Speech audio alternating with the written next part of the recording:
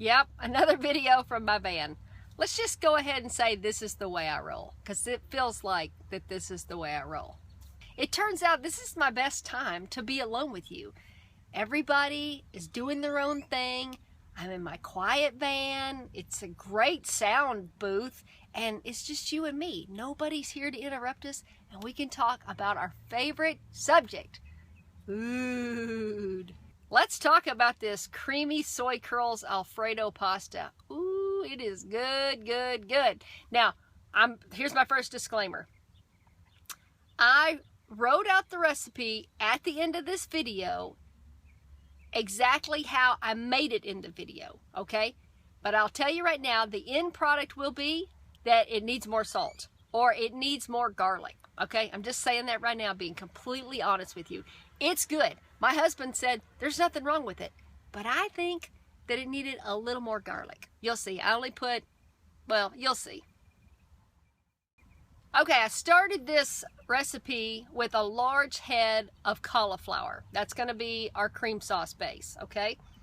Now, I made a lot in this recipe because a friend of mine was moving this weekend, and you know, we got to take care of our friends, right? Especially our friends that are plant-based right along with us. So you're going to see in this video that I'm going to put together enough pasta that will fill a 13x9 casserole container plus a, gee, I don't know what size that other jar. I think the other one's like an 8x8 glass dish. Okay, so that's going to be our dinner, and the big casserole thing is going to my friend's house. Okay, so after I've got all the cauliflower cut up, it just goes into a medium saucepan. Here's where I put 2 whole garlic cloves, but you know what? I think it needed like 4. Really, honestly, I wanted a garlickier pasta sauce. There's 1 cup of raw cashews, and then I'm scraping my Better Than Bouillon no chicken base jar here for 1 teaspoon of base. And that's all I had. I would have added more, but that's all I had on hand.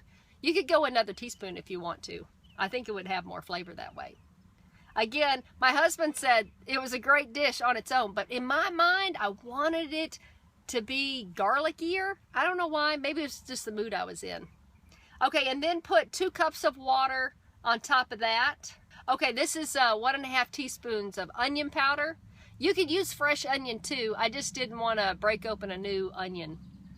I thought I'd just use onion powder this time. What's the next thing? And then salt. I added 1 teaspoon of salt. Again, I have all the ingredients for this recipe posted at the end of this video, and I'll have it posted in the video description below and probably in the comments section. So just look around. It will also be posted back on my website, simpledailyrecipes.com. Okay, and it really filled up the saucepan, so just smush the lid down and turn that up to medium and get that cooking for about 8 minutes, just long enough to get the cauliflower tender. And then you can see I've already got my pasta water going, and I'm going to cook up a pound of whole wheat linguine.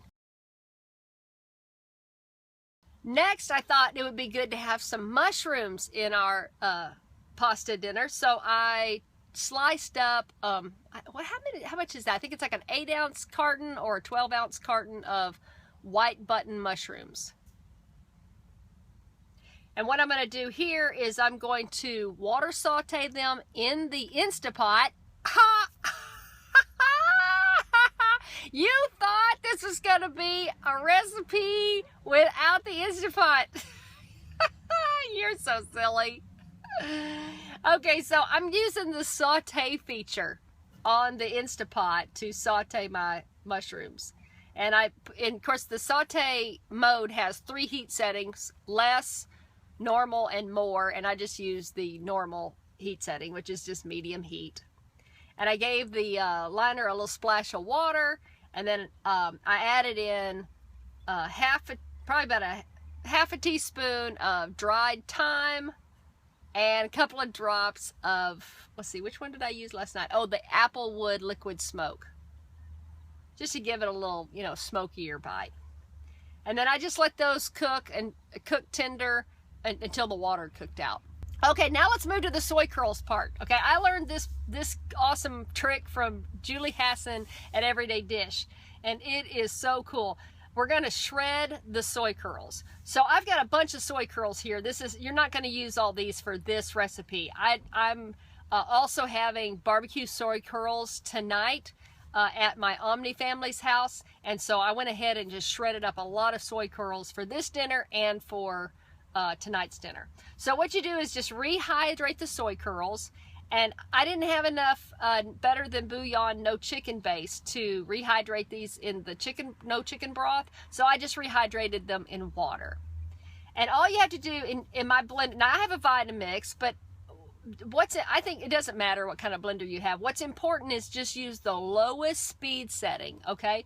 Your blade will just naturally shred up the soy curls. Look at that. Isn't that awesome? Looks just like shredded chicken. My gosh, it's so cool. The blender will not over process the soy curls so long as you keep it on low speed. And I just filled the pitcher up halfway.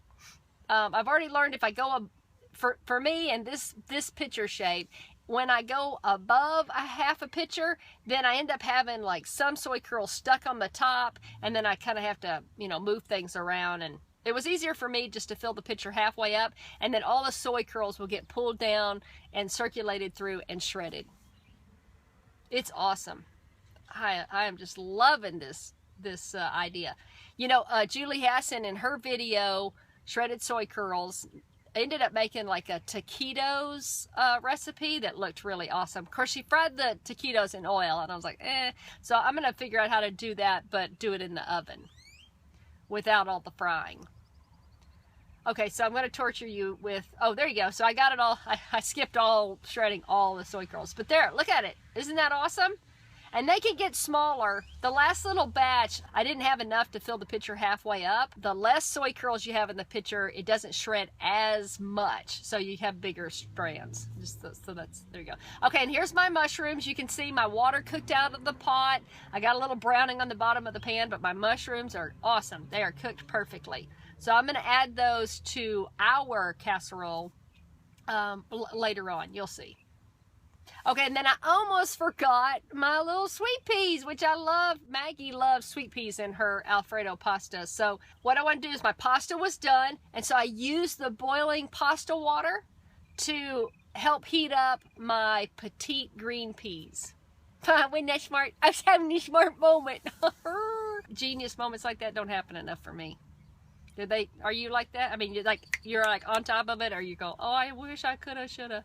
Okay, so all right, now the cauliflower is done. It's probably been 8-10 minutes. It's been simmering, and I just move all that back to the Vitamix blender, which I've rinsed out. And now on this one, to make the cauliflower sauce, you kind of do want to kick that up to like a medium speed and let that blender just turn it into a nice, smooth, creamy sauce.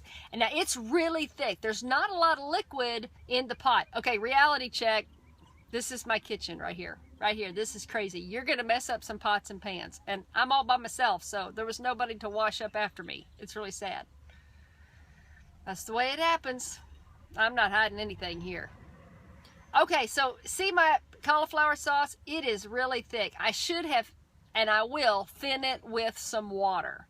Okay, but I went ahead and started the casserole pan there with a little sauce on bottom, so it'll be easy to stir. I dumped about that much pasta in the pot, and I'm eyeballing it from here, folks. I'm just, you can't measure everything, especially casseroles. And throw I threw my peas on there, and here come the soy curls. Now, I haven't cooked the soy curls. I haven't done anything to them. All I've done is rehydrate them and shred them, and they worked out great. You don't have to cook them, which was news to me. I've always cooked soy curls, but I said, you know what? This time, I'm just going to let the heat of all the food warm everything through and see what happens. It turned out good. Okay, now it's time for more sauce. Go ahead. Don't be afraid to thin out this cauliflower sauce because it keeps getting thicker. I don't know. I guess it's the cashews in the sauce. It keeps thickening the sauce. So I added a little splash of water, and I don't know why I didn't put the picture back on the blender and give it a spin, but I was like, oh well, I'll just do it this way. I'm pretty much done. This is it. This is the meal. Okay, and then I just did another little bit of sauce because it still looked dry. So I thought, you know what? I'm just going to give it a layer of sauce on the top. And I didn't have anything else to make this look pretty because it just looks like a big old messy pan of pasta. But I said, well, I'll just use the peas and make it look, you know, make it look fancy. I'm so not fancy. I'm not a fancy cook. The idea of trying to get fancy stresses me out. Can you imagine me stressed out? I get stressed out. If I have to make things fancy or if I have to entertain, it's not going to happen. I start wigging out. I don't know why. I am not Martha Stewart or anybody else who can label their jars and chalkboard their walls and all that stuff. I can't do any of that. I'm just too, I don't know what that is. I'm too not that. Okay, and then this is ours, which doesn't look like a lot, but oh my gosh, this was plenty for Charlie, Max, and myself. Maggie wasn't interested in pasta last night, so she didn't dive into this, but she does like pasta and cauliflower sauce and green peas. There you go. Look at that. Nom, nom, nom, nom, nom, nom, nom. All right, I can't wait for you to give this a try and tell me what you think, and be sure to go ahead and, you know, up the spices and do what you want to make it sassier for you and your family, and then come back here and be sure to tell me what you did to make it your own. All right, I love y'all. I'll talk to you in the comments below. Bye.